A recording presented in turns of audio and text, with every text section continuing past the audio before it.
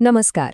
ચાલો આજે સમજીએ કે કોઈ પણ કંપની લોકો પાસેથી પૈસા કેવી રીતે એકઠા કરે છે અને પછી પોતાની માલિકીનું સંચાલન કેવી રીતે કરે છે. આ આખી સફરને આપણે જોઈશું, પ્રોસ્પેક્ટસ બહાર પાડવાથી માંડીને પોતાના શેર પાછા ખરીદવા સુધી. તો સવાલ એ છે કે આ બધું થાય છે કેવી રીતે? એક નાનકડા વિચારને લાખો કરોડોના જાહેર રોકાણમાં ફેરવવાની આખી પ્રક્રિયા શું છે? આ સફર એક જાહેર આમંત્રણથી શરૂ થાય છે અને એક જટિલ માલિકીના માળખાના સંચાલન પર પૂરી થાય છે. ચાલો આને વિગતવાર જાણીએ. તો આ આખી સફર શરૂ ક્યાંથી થાય છે? એ શરૂ થાય છે એક ઓફિશિયલ આમંત્રણથી, જ્યારે કોઈ કંપની પહેલીવાર જાહેરમાં પૈસા માટે વિનંતી કરે છે. અને આ બધું એક બહુ જ મહત્વના દસ્તાવેજથી શરૂ થાય છે, જેને આપણે પ્રોસ્પેક્ટસ કહીએ છીએ. જુઓ, પ્રોસ્પેક્ટસ એટલે ખાલી કોઈ કાયદાકીય કાગળ નથી.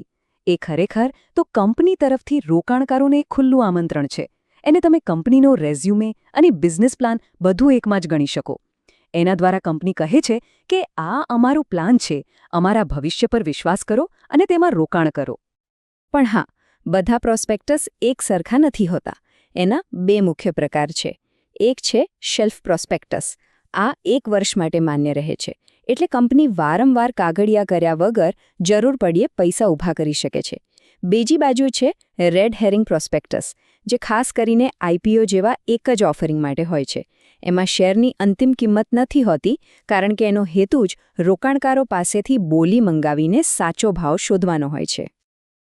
પણ વાત અહીં પૂરી નથી થતી. આ ખાલી એક આમંત્રણ નથી, આ એક કાયદેસરનું વચન છે. અને જ્યારે આવા વચનો તૂટે છે, ત્યારે એના પરિણામો ખૂબ જ ગંભીર આવી શકે છે. એટલે જ અહીં પ્રામાણિકતા સૌથી ઉપર છે. અને અહીં કોર્પોરેટ ફાઇનાન્સનો એક ગોલ્ડન રૂલ લાગુ પડે છે. પ્રોસ્પેક્ટસમાં સત્ય અને માત્ર સત્ય જ હોવું જોઈએ. આ એક એવો પાયાનો સિદ્ધાંત છે જેના પર આખા રોકાણ જગતનો વિશ્વાસ ટકેલો છે. તો સવાલ એ થાય કે જો કોઈ આ સુવર્ણ નિયમ તોડે તો? જો કોઈ કંપની જાણી જોઈને ખોટી માહિતી આપે અથવા કોઈ મહત્વની વાત છુપાવે, તો એના માટે બહુ ગંભીર કાનૂની પરિણામો તૈયાર હોય છે. અને આ પરિણામો પણ બે અલગ-અલગ પ્રકારના હોય છે. એક બાજુ છે સિવિલ જવાબદારી. આમાં ડિરેક્ટર્સ, પ્રમોટર્સ જેવા લોકોએ રોકાણકારને જે નુકસાન થયું હોય એની ભરપાઈ કરવી પડે છે. પણ બીજી બાજુ છે ફોજદારી જવાબદારી, જે ખૂબ જ ગંભીર છે. આમાં સીધા છેતરપિંડીના આરોપો લાગે છે અને એનો હેતુ ગુનેગારને સજા કરવાનો હોય છે. તો આ ફોજદારી જવાબદારી કેટલી ગંભીર હોઈ શકે? વિચારો, પ્રોસ્પેક્ટસમાં છેતરપિંડી કરવા બદલ 10 વર્ષ સુધીની જેલની સજા થઈ શકે છે. અને વાત ખાલી જેલની નથી, આર્થિક દંડ પણ બહુ મોટો હોય છે. છેતરપિંડીની જેટલી રકમ હોય એનાથી 3 ગણા સુધીનો દંડ થઈ શકે છે. આ નિયમોનો સંદેશ એકદમ સ્પષ્ટ છે: રોકાણકારો સાથે છેતરપિંડી ના કરાય. સારું, પૈસા ઊભા કરવાની વાત તો થઈ ગઈ, પણ રોકાણકારોને બદલામાં મળે છે શું? ચાલો હવે આપણું ધ્યાન આમંત્રણથી હટાવીને એ જોઈએ કે માલિકીના આ ટુકડાઓ શું છે અને કેવી રીતે કામ કરે છે. તો માલિકીનો સૌથી નાનો અને મૂળભૂત એકમ છે શેર.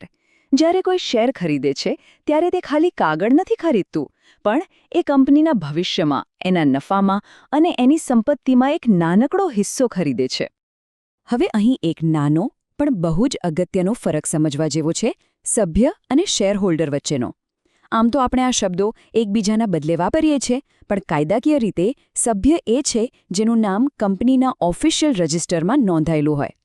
રસપ્રદ વાત એ છે કે કોઈ વ્યક્તિના મૃત્યુ પછી એનું સભ્યપદ પૂરું થઈ જાય છે, પણ એનો કાનૂની વારસદાર શેરહોલ્ડર તો બને જ છે.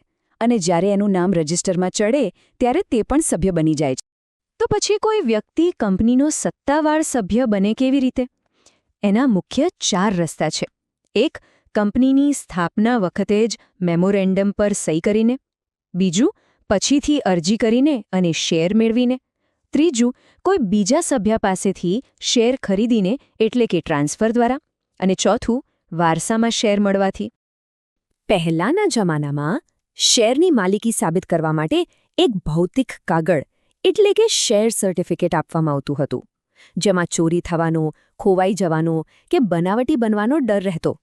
પણ હવે ડીમેટ સિસ્ટમ છે, જ્યાં બધું જ ઇલેક્ટ્રોનિક રીતે નોંધાયેલું હોય છે. બધી લિસ્ટેડ કંપનીઓ માટે આ ફરજિયાત છે. આનાથી શેરની લેવેચ એકદમ ઝડપી અને સુરક્ષિત બની ગઈ છે. અત્યાર સુધી આપણે પૈસા કેવી રીતે ઊભા કરવા અને માલિકી શું છે એની વાત કરી, પણ એકવાર પૈસા આવી જાય એ પછી શું? કંપની પોતાના માલિકીના માળખામાં જરૂર પડે ફેરફાર કેવી રીતે કરી શકે છે? ચાલો હવે એ સમજીએ. અહીં બે મુખ્ય પ્રક્રિયાઓ છે. પહેલી છે મૂડીમાં ફેરફાર, જે એક સામાન્ય પ્રક્રિયા છે, જેમ કે એક મોટા શેરને નાના ટુકડાઓમાં વહેંચી દેવો. આના માટે ખાલી એક સામાન્ય ઠરાવની જ જરૂર પડે. પણ બીજી પ્રક્રિયા છે મૂડીમાં ઘટાડો, જે એક બહુ ગંભીર પગલું છે, કારણ કે એનાથી લેણદારોને અસર થઈ શકે છે. એટલે આના માટે ખાસ ઠરાવ અને કાનૂની ટ્રિબ્યુનલની મંજૂરી પણ લેવી પડે છે. મૂડીનું સંચાલન કરવાની એક બહુ જ પ્રચલિત રીત છે બાયબેક. આમાં કંપની બજારમાંથી પોતાના જ શેર પાછા ખરીદે છે. હવે કોઈને સવાલ થાય કે આવું કેમ? તો આનાથી કંપની વધારાની રોકડ શેરધારકોને પરત કરી શકે છે, શેરદીઠ કમાણી વધારી શકે છે અથવા બજારમાં શેરનો ભાવ સ્થિર રાખી શકે છે. પણ એવું નથી કે કંપની ગમે ત્યારે ગમે તેટલા શેર પાછા ખરીદી શકે. એના માટે કડક નિયમો છે. સૌથી પહેલાં તો કંપનીના આર્ટિકલ્સમાં એની મંજૂરી હોવી જોઈએ. પછી એક વિશેષ ઠરાવ પસાર કરવો પડે. ખરીદેલા શેરને 7 દિવસની અંદર નષ્ટ પણ કરવા પડે છે. અને આ સિવાય કેટલીક મહત્વની નાણાકીય મર્યાદાઓ પણ છે. સૌથી પહેલી અને મહત્વની મર્યાદા છે 25%ની. કોઈપણ બાયબેક કંપનીની કુલ ચૂકવેલ મૂડી અને ફ્રી રિઝર્વના 25%થી વધારે ન હોઈ શકે. આ નિયમ એ સુનિશ્ચિત કરે છે કે કંપની પોતાની આર્થિક સ્થિરતા જોખમમાં મૂકીને બહુ મોટા પ્રમાણમાં બાયબેક ન કરે. અને બીજો નિર્ણાયક નિયમ છે દેવું અને ઇક્વિટીના ગુણોત્તરનો. બાયબેક પછી કંપનીનું કુલ દેવું તેની ઇક્વિટીના બમણાથી વધારે ન હોવું જોઈએ. આ એક સેફ્ટી નેટ જેવું છે, જે ખાતરી કરે છે કે બાયબેક પછી પણ કંપની આર્થિક રીતે મજબૂત રહે. તો આપણે જોયું કે પ્રોસ્પેક્ટસથી લઈને બાયબેક સુધી નિયમો અને પ્રક્રિયાઓનું એક જટિલ માળખું છે. પણ આ બધું જોયા પછી એક સવાલ મનમાં જરૂર આવે: શું આ બધી જટિલતા ખરેખર નાના રોકાણકારોના હિતનું રક્ષણ કરવા માટે છે, કે પછી આ નિયમો આખરે મોટી કોર્પોરેશનોને જ વધારે ફાયદો પહોંચાડે છે? આ એક મોટો સવાલ છે, જેના પર વિચારવા જેવું છે.